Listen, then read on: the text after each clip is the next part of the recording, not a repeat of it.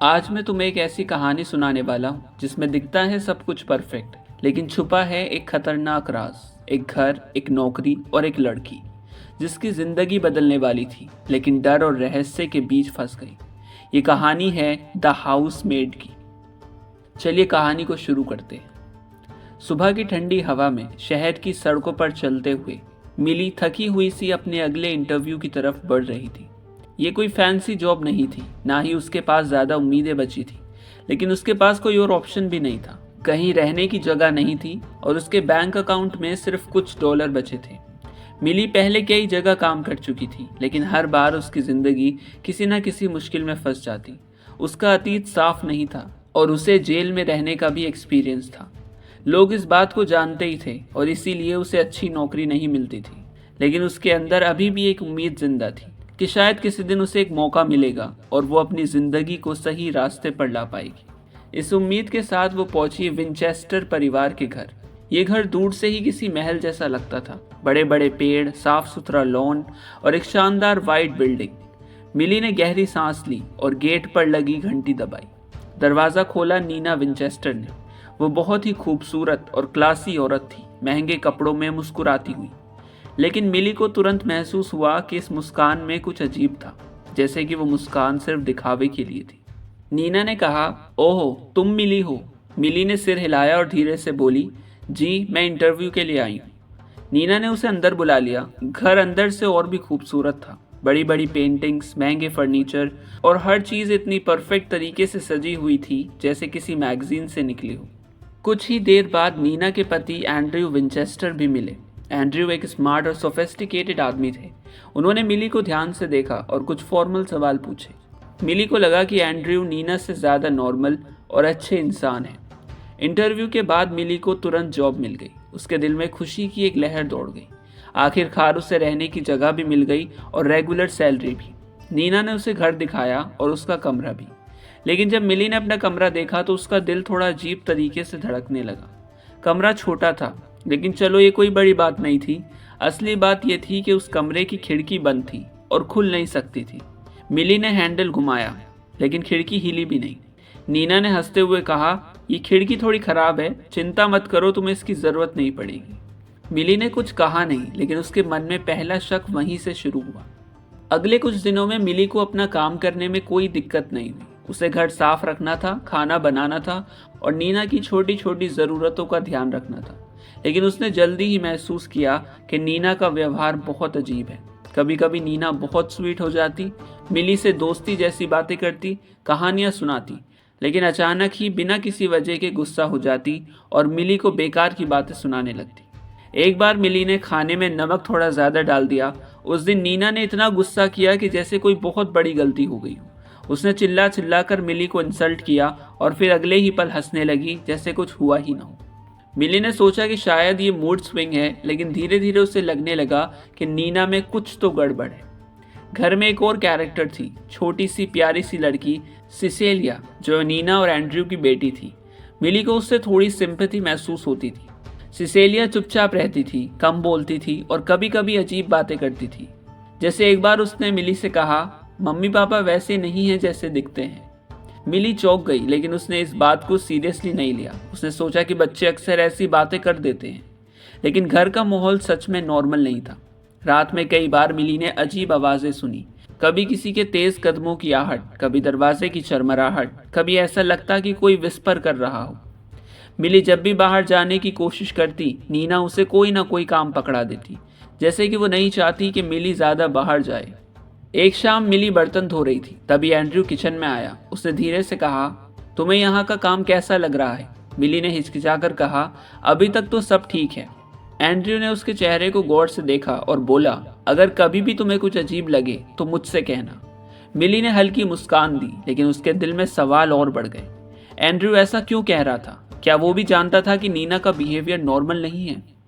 दिन बीतते गए। मिली अपने कमरे में सोने जाती, लेकिन खिड़की का लॉक उसे हमेशा परेशान करता। वो सोचती, अगर किसी दिन इस घर में कुछ गलत हो गया तो क्या वो भाग भी पाएगी? एक रात वो नींद में थी, तभी अचानक उसकी आंख खुल गई। उसे लगा कि कोई उसके कमरे के दरवाजे के बाहर खड़ा है। हल्की सी परछाई दरवाजे के नीचे से दिख रही थी। मिली ने डरते डरते कहा, कौन है? लेकिन कोई जवाब नहीं आया। कुछ देर बाद वो परछाई गायब हो गई। मिली का दिल जोर जोर से धड़कने लगा। उसने उस रात मुश्किल से नींद ली। धीरे धीरे मिली को एहसास होने लगा कि इस घर में रहना आसान नहीं है।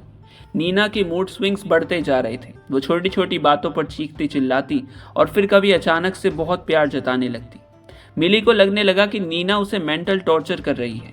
लेकिन जॉब छोड़ना उसके लिए पॉसिबल नहीं था, क्योंकि उसके पास कहीं और जाने की जगह नहीं थी। उसके लिए सबसे अजीब बात यह थी कि एंड्रयू कभी कभी बहुत सपोर्ट करता था, लेकिन ज़्यादातर चुप रहता था, जैसे वो भी इस पूरे खेल में कहीं फंसा हुआ है। एक दिन मिली ने गलती से लाइब्रेरी में रखी एक किताब गिरा दी। किताब के अंदर से एक पुरानी फोटो निकली। उसमें नीना और एंड्रयू थे, लेकिन दोनों के साथ एक और औरत थी। वो औरत बहुत खूबसूरत थी और लग रहा था जैसे फैमिली की करीबी थी, लेकिन मिली ने कभी इस औरत का नाम नहीं सुना था। मिली के मन में और सवाल उठने लगे। आखिर वो औरत कौन थी और क्यों उसकी तस्वीर छुपा कर रखी गई थी? मिली उस रात फोटो देखकर और ज्यादा बेचैन हो गई। वो बार बार यही सोच रही थी कि वो तस्वीर किसकी थी। अगर फैमिली की कोई करीबी थी तो उसका नाम कभी क्यों नहीं लिया गया? मिली ने सोचा कि शायद ये कोई पुरानी दोस्त या रिश्तेदार रही होगी, लेकिन उसके दिल में सवालों का बोझ बढ़ गया।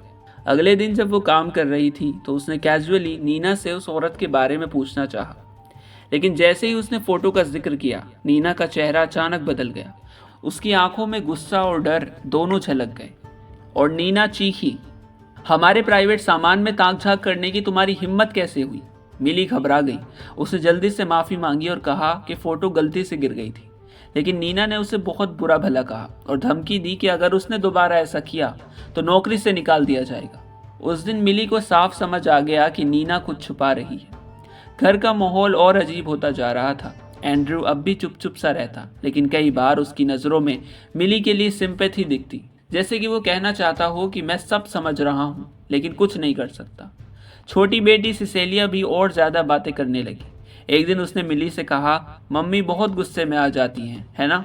लेकिन अगर पापा को पता चलेगा तो वो खुश नहीं होंगे। मिली समझ नहीं पा रही थी कि ये बच्ची इतनी बातें क्यों करती है। कहीं ये किसी सीक्रेट की ओर इशारा तो नहीं कर रही। एक शाम जब मिली कपड़े सुखाने के लिए बाहर वाले हिस्से में गई तो उसने ऊपर की खिड़की से नीना को देखा। नीना खिड़की के पास खड़ी थी और उसे घूर रही थी। उसकी नज़र इतनी तीखी और अजीब थी कि मिली को डर लगने लगा। वो जल्दी से वापस किचन में आ गई। उसका मन अब धीरे धीरे कह रहा था कि इस घर में रहना खतरनाक है, लेकिन फिर उसी पल उसने सोचा, अगर वो ये नौकरी छोड़ देगी तो कहाँ जाएगी? उसके पास पैसे भी नहीं है, घर भी नहीं है और कोई सपोर्ट भी नहीं है। वो खुद को समझाती रही कि शायद ये सब उसका भ्रम है, शायद नीना सच में सिर्फ मूड स्विंग से परेशान है। लेकिन कुछ दिन बाद मिली को अपने डर का और पक्का सबूत मिला। रात को जब सब सो गए थे, मिली अपने कमरे में थी। अचानक उसे फिर से दरवाजे के बाहर आहट सुनाई दी।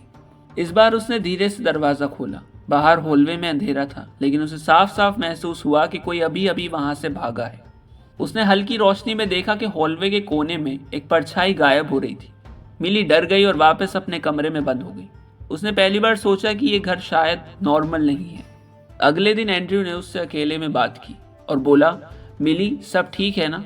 मिली ने झिझकते हुए कहा, जी, बस कभी कभी अजीब चीज़ें महसूस होती हैं।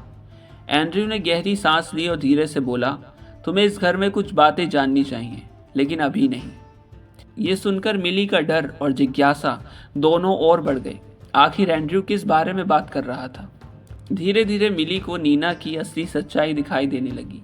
नीना सिर्फ कंट्रोलिंग नहीं थी, वो चालाक भी थी। एक बार उसने जानबूझकर खाना गिरा दिया और फिर मिली पर इल्जाम लगा दिया।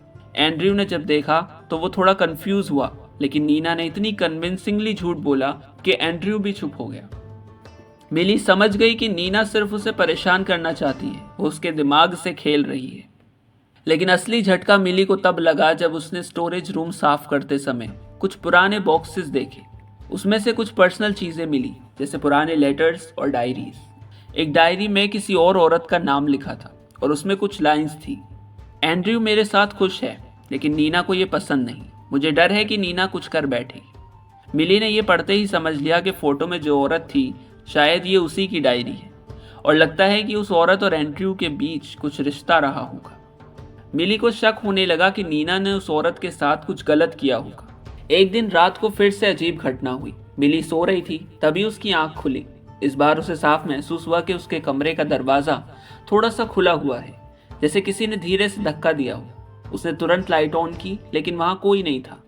फिर उसकी नज़र खिड़की पर गई जो हमेशा बंद रहती थी। वो खिड़की हल्की सी हिल रही थी। मिली का खून जम गया। खिड़की अगर लॉक है तो ये हिल कैसे रही है? सुबह होते ही उसने एंड्रयू से बात करने की कोशिश की, लेकिन उससे पहले ही नीना आ गई और उसने मिली को जोर से डांटा कि वो अपनी हद से बाहर जा रही है। नीना की आंखों में अब साफ नफरत दिखने लगी थी। मिली ने सोचा अगर वो और ज्यादा देर यहाँ रुकी तो शायद उसकी जान को खतरा हो सकता है, लेकिन अगर वो भागी तो उसके पास तो कोई घर ही नहीं है। एक दिन मिली ने मौका देखकर घर के पुराने बेसमेंट में उतरने का सोचा। वहां जाना मना था, लेकिन उसकी क्यूरियोसिटी अब कंट्रोल से बाहर हो चुकी थी। बेसमेंट में धूल और अंधेरा था। पुराने फर्नीचर, बॉक्सेस और टूटी फूटी चीजें पड़ी थी। मिली ने टॉर्च से इधर उधर रोशनी डाली। अचानक उसकी नजर एक लॉक्ड कबर्ड पर पड़ी। उस कबर्ड पर पुराना लेकिन मजबूत ताला लगा हुआ था। मिली ने कोशिश की, लेकिन वो नहीं खुला। वो वापस ऊपर चली आई, लेकिन अब उसका शक और गहरा हो चुका था। उसे लगा कि शायद उस कबर्ड के अंदर उस औरत का सच छुपा है जिसकी फोटो और डायरी उसने देखी थी। इस बीच नीना का व्यवहार और ज्यादा अजीब होने लगा। वो बार बार मिली पर झूठे इल्जाम लगाती। कभी कहती कि उसने गहने गायब किए हैं, कभी कहती कि उसका मेकअप खराब कर दिया गया। एंड्रयू हर बार चुप रहता। वो कभी कभी मिली की तरफ सिंपैथी से देखता, लेकिन कुछ बोलता नहीं।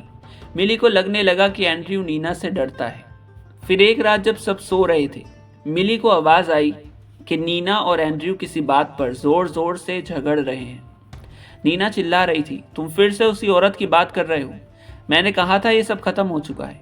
एंड्रयू गुस्से में बोला, लेकिन तुमने जो किया वो सही नहीं था। मिली ये सुनकर सन्न रह गई। उसका शक अब और मजबूत हो चुका था कि नीना ने किसी औरत को हटाया है और शायद एंड्रयू को उसकी सच्चाई मालूम है। उस रात मिली अपने कमरे में लेटी हुई थी, लेकिन उसे नींद नहीं आ रही थी। अचानक दरवाजा चरमराया। इस बार उसने साफ देखा, दरवाजे के बाहर नीना खड़ी थी। नीना की आंखें अजीब चमक रही थी। उसने धीमी आवाज में कहा, तुम्हें यहाँ काम करना अच्छा लग रहा है मिली? मिली डर के मारे कुछ बोल नहीं पाई। नीना धीरे धीरे मुस्कुराई और बोली, याद रखना, अगर तुमने कभी भी मेरी फैमिली को नुकसान पहुंचाने की कोशिश की तो तुम्हारा अंजाम अच्छा नहीं होगा। ये कहकर वो वहां से चली गई। मिली का पूरा शरीर कांप रहा था। उसे अब साफ लग रहा था कि नीना सिर्फ असामान्य नहीं बल्कि खतरनाक है। अगले दिन मिली ने सोचा कि अब और इंतजार नहीं। उसने स्टोरेज से एक पुरानी चाबी ढूंढी और रात को बेसमेंट के कबर्ड का ताला खोल दिया। अंदर से कुछ शॉकिंग चीजें मिली। पुराने कपड़े, कुछ फोटो और एक फाइल में मेडिकल पेपर्स थे और कुछ पुलिस रिपोर्ट्स। पढ़ते ही मिली के होश उड़ गए। असल में फोटो वाली औरत एंड्रयू की पहली पत्नी थी। उसका नाम ब्रूक था। वो और एंड्रयू एक खुशहाल कपल थे, लेकिन फिर अचानक ब्रूक गायब हो गई। पुलिस केस हुआ, लेकिन कोई सबूत नहीं मिला और केस बंद कर दिया गया। और वो डायरी ब्रूक की ही थी, जिसमें उसने लिखा था कि नीना उस पर नजर रखती है और उसे नुकसान पहुंचाना चाहती है। मिली के रोंगटे खड़े हो गए। ये साफ हो गया था कि ब्रूक के गायब होने के पीछे नीना का हाथ था। जैसे ही मिली ये पेपर्स पढ़ रही थी, उसे पीछे से आवाज सुनाई दी। उसने मुड़कर देखा, नीना वहीं खड़ी थी। उसकी आंखों में गुस्सा और पागलपन का तूफान था और वो चीखी, तुमने मेरी चीजों को छुआ कैसे?